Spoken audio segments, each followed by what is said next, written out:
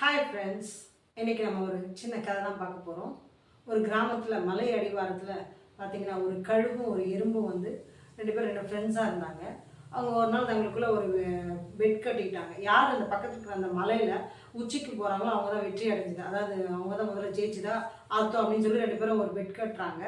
அப்போ என்ன வந்து கொஞ்ச நேரத்தில் ஒரு சில மணி நேரத்தில் பார்த்தீங்கன்னா ஃபியூ ஹவர்ஸ்லேயே பார்த்தீங்கன்னா அந்த கழுகு போயிட்டு அந்த மலை உச்சிக்கு போயிடுது. ஆனால் எறும்பு பார்த்தீங்கன்னா கொஞ்சம் அப்போ தான் மலை அடிவாரத்தில் கொஞ்சம் கொஞ்சமாக மெதுவாக போயிட்டே இருக்குது. இன்னும் அடிவாரத்துலேருந்தே தாண்டவே இல்லை. இப்போ கழுகு வந்து உடனே எறும்பு பார்த்தியா நான் முதல் நாளாக போய் வெற்றி அடைஞ்சிட்டேன், நீ இன்னும் போகவே முடியல, இன்னைக்கு போகவே இல்லை, போக முடியுமா இல்லைன்னு கூட தெரில அப்படின்னு சொல்லிட்டு கழுகு வந்து நக்கலாக பார்த்து சிரிச்சிட்டு போயிடுச்சு. அப்போது ஒரு நாள் கழுகு வந்து ஒரு சில நாட்கள் கழித்து பார்த்தீங்கன்னா அந்த கழுகு வந்து மலை உச்சிக்கு திருப்பி போகும்போது அங்கே எறும்பு வந்து நின்றுட்டுருக்கு. அந்த உச்சியை அடைஞ்சிருச்சு. அப்போ பார்த்த உடனே எறும்பு சொல்லிச்சு, பார்த்தியா நானும் உச்சிக்கு வந்துட்டேன். யார் வந்து வெற்றி அடைகிறாங்கன்றது, யார் முதல்ல வெற்றி அடைகிறாங்கன்றது முக்கியம் இல்லை, வெற்றி எல்லாருக்கும் தான் கிடைக்கும். அதுக்கு ஒன்றும் வேணாம், விடாமுயற்சியும் தன்னம்பிக்கை இருந்தால் போதும், வெற்றி கிடைக்கும்.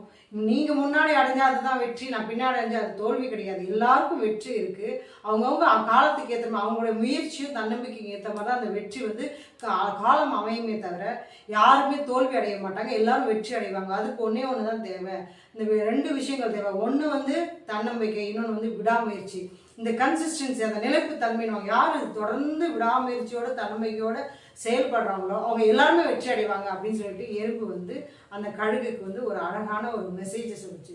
ஆமாங்க, அந்த கழுகுக்கு எறும்பு சொன்னது போல அதை நம்மளும் எடுத்துக்கணுங்க. நம்ம வாழ்க்கையில் எப்போவுமே தொடர்ந்து ஒரு விஷயத்தை செய்யும்போது தொடர்ந்து செய்யணும், அதுக்கு விடாமுயற்சி வேணும், முதல்ல ஒரு தன்னம்பிக்கை வேணும், நம்மளால் முடியும்னு. அப்போ கண்டிப்பாக வெற்றி ஒரு நாள் நம்மளை வந்தே தீரும், இது உறுதி.